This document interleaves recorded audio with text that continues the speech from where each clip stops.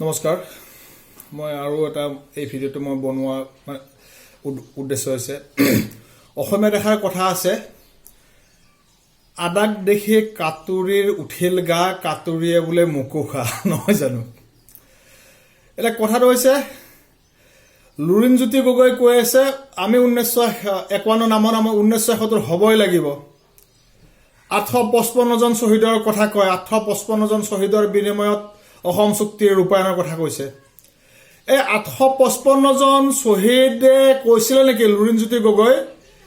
যে 1951 কৰিব নালাগে 1971 কৰা এই 855 জন আই মাতৃক হত্যা কৰিলা তোমালোকে এই আই মাতৃৰ বুকু উদং কৰিলা তোমালোকে মনত ৰাখা কিন্তু দেই 855 জন আই মাতৃৰ বুকু উদং কৰিলা তোমালোকে 855 জন লোক শহীদ হল সেই শহীদসকলে কোৱা নাছিলে 1951 চন নহয় 1971 চন হ'ব লাগে বুলি তেওঁলোকে কোৱা নাছিলে 1951 চনৰ এই দাবীদাৰ আছিলে তেওঁলোকৰ তেজ মঙহৰে তোমালোকে ভোজ ভাত খালা ভোজ ভাতৰ পাতিলা মেলা পাতিলা নহয় জানো অসম আন্দোলন কৰি অসম গণ পৰিষদ কৰিলা নহয় জানো আমাৰ সমাজতন্ত্ৰক বিভাজিত কৰিলা নহয় জানো ই বড়ো হি কছাৰী হি সোণোৱাল হি ৰাভা হি হাছং হি মিৰি হি মিচিং হি কাৰ্বি হি গাৰো তোমালোকে এনেকুৱাহে কৰিলা বড়োফা উপেন্দ্ৰ ব্ৰহ্মক তোমালোকে হেয় কিয় কৰিলা মই তাক প্ৰশ্ন কৰিব মই বিচাৰিছো বহু লোকে যেতিয়া অসমৰ মুখ্যমন্ত্ৰী মাননীয় সৰ্বানন্দ সোণোৱালদেৱ মুখ্যমন্ত্ৰীৰ পদত উপস্থিত হয় তেতিয়া বহু লোকে কৈছিলে এটা বিশেষ গোষ্ঠীয়ে ৰাজত্ব কৰিছিলে অসমত কি সোণোৱাল কছাৰীবিলাক কি অসমৰ মুখ্যমন্ত্ৰী হ'ব নালাগে কি বড়ো ভাইসকলৰ প্ৰতিনিধি অসমৰ মুখ্যমন্ত্ৰী হ'ব নালাগে কি শৰ্মা উপাধিৰ ব্যক্তি কি অসমৰ মুখ্যমন্ত্ৰী হ'ব নালাগে ডেকা কলিতা ৰাভা হাছং মিৰি গাৰো তেওঁলোক হ'ব নালাগে ডিমাচা কছাৰীৰ লগত তেওঁলোক হ'ব নালাগে অকল সেই বিশেষ সেই উপাধিবিলাকে হ'ব লাগে নেকি তোমালোকে কৈ থাকা আছে হেন্দাং লোৱা নাই ওলালে হেন্দাং ৰক্ষা নাই নামৰে তাহে কৰাচোন এনেকুৱা চাও তোমালোকৰ কলিজা যোৱা বৰপেটাত যোৱা নগাঁও হোজাইত যোৱা ধুবুৰীত যোৱা বাঘবৰ চৰত যোৱা আগৰ কলিতাকুছি নামৰ এখন গাঁও আছিলে হাজোৰ পৰা অকমান আগত সেইখন কলিতাকুছি হৈ থকা নাই এখন আলিকুছি হৈছে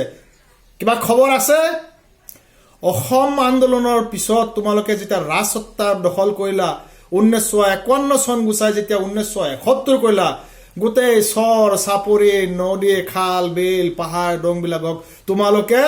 মাটিৰ পট্টা দি সেই অবৈধ বাংলাদেশীবিলাকৰ ভোট বেংক কৰি তোমালোকে অসমখনক ধ্বংস নকৰিলা জানো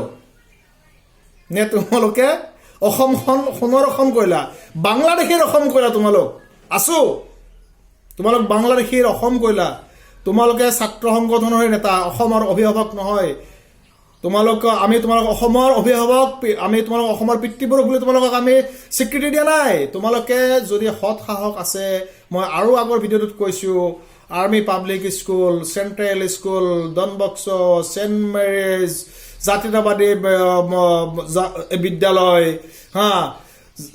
যিবিলাক মানে কেন্দ্ৰীয় বিদ্যালয় তেওঁলোকৰ ল'ৰা ছোৱালী উলিয়াই আনি কিনে এবাৰ আন্দোলন কৰি দেখুৱাচোন ৰাজপথত আমিও কৈছিলো আছৰ আন্দোলনত এই অলপ বুট এটা কমলা দি আমাক ফুৰকুৱাইছিলা পুলিচে খেদিছিলে আমি দৌৰিছিলো আৰু পৰিছিলো কি আছিল আমি একো নাজানো তোমালোকে আমাক ব্যৱহাৰ কৰি তোমালোকে যিটো ৰাজসত্ব দখল কৰি গুপ্তঘাতক কৰি যি আৰু যিমান অসংখ্য অসম মাতৃৰ সন্তানক হত্যা কৰিলা অসংখ্য দেশমাতৃৰ বুকুত আঘাত হানিলা সেয়া তোমালোকে এটা কৰি বিচাৰ দিব লাগিব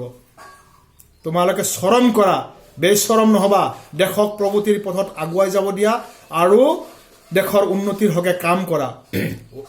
আগুৱাই আহা দেশৰ উন্নতিৰ হকে মই এই চেগতে অসমৰ মাননীয় মুখ্যমন্ত্ৰী তথা শিক্ষামন্ত্ৰী আৰু আৰক্ষী প্ৰশাসনৰ শীৰ্ষ বিষয়াসকলক মই বিনম্ৰ অনুৰোধ জনাম যিসকল ব্যক্তিয়ে স্কুল কলেজৰ ছাত্ৰ ছাত্ৰীক অবৈধভাৱে উলিয়াই আনি ৰাজপথলৈ উলিয়াই আনে সেই স্কুল কলেজৰ প্ৰিন্সিপাল হেডমাষ্টাৰবিলাকৰ দৰমহা কটন কৰিব লাগে তেওঁলোকক উচিত শাস্তি প্ৰদান কৰিব লাগে আৰু যিসকলৰ ৰুল কল 80% যদি নহয় বা 70% যদি নহয় ঠিক তেনেকুৱা ধৰণৰ ছাত্ৰ ছাত্ৰীসকলক কেতিয়াও পৰীক্ষাত বহিবলৈ অনুমতি দিব নালাগে তেতিয়া গম পাব গৰম ভাতৰ ধোঁহা কি হুগু দেখিছে ফান দেখা নাই মাননীয় শিক্ষামন্ত্ৰী ডাঙৰীয়াক মই বিনম্ৰ অনুৰোধ জনাও আপোনালোকে স্কুল কলেজৰ এই হেডমাষ্টাৰ বিলাকৰ ওপৰত আৰু প্ৰিন্সিপাল বিলাকৰ ওপৰত অলপ প্ৰতিবন্ধকতা লগাই দিয়ক যাতে স্কুল কলেজ ছাত্ৰ ছাত্ৰীৰ যদি ইমান পাৰ্চেণ্ট যদি নহয় তেওঁলোকে হেৰি কৰিব পৰীক্ষা দিব নোৱাৰিব আৰু কলেজ স্কুলৰ পৰা যেতিয়া ওলাই লৈ যাব সেই স্কুল কলেজৰ প্ৰিন্সিপাল বা হেডমাষ্টাৰ বিলাকক লগালগ বৰখাস্ত কৰি দৃষ্টান্তমূলক শাস্তি প্ৰদান কৰিলে এই এনেকুৱা ধৰণৰ সংগঠনবিলাক মষিমূৰ হ'ব ধন্যবাদ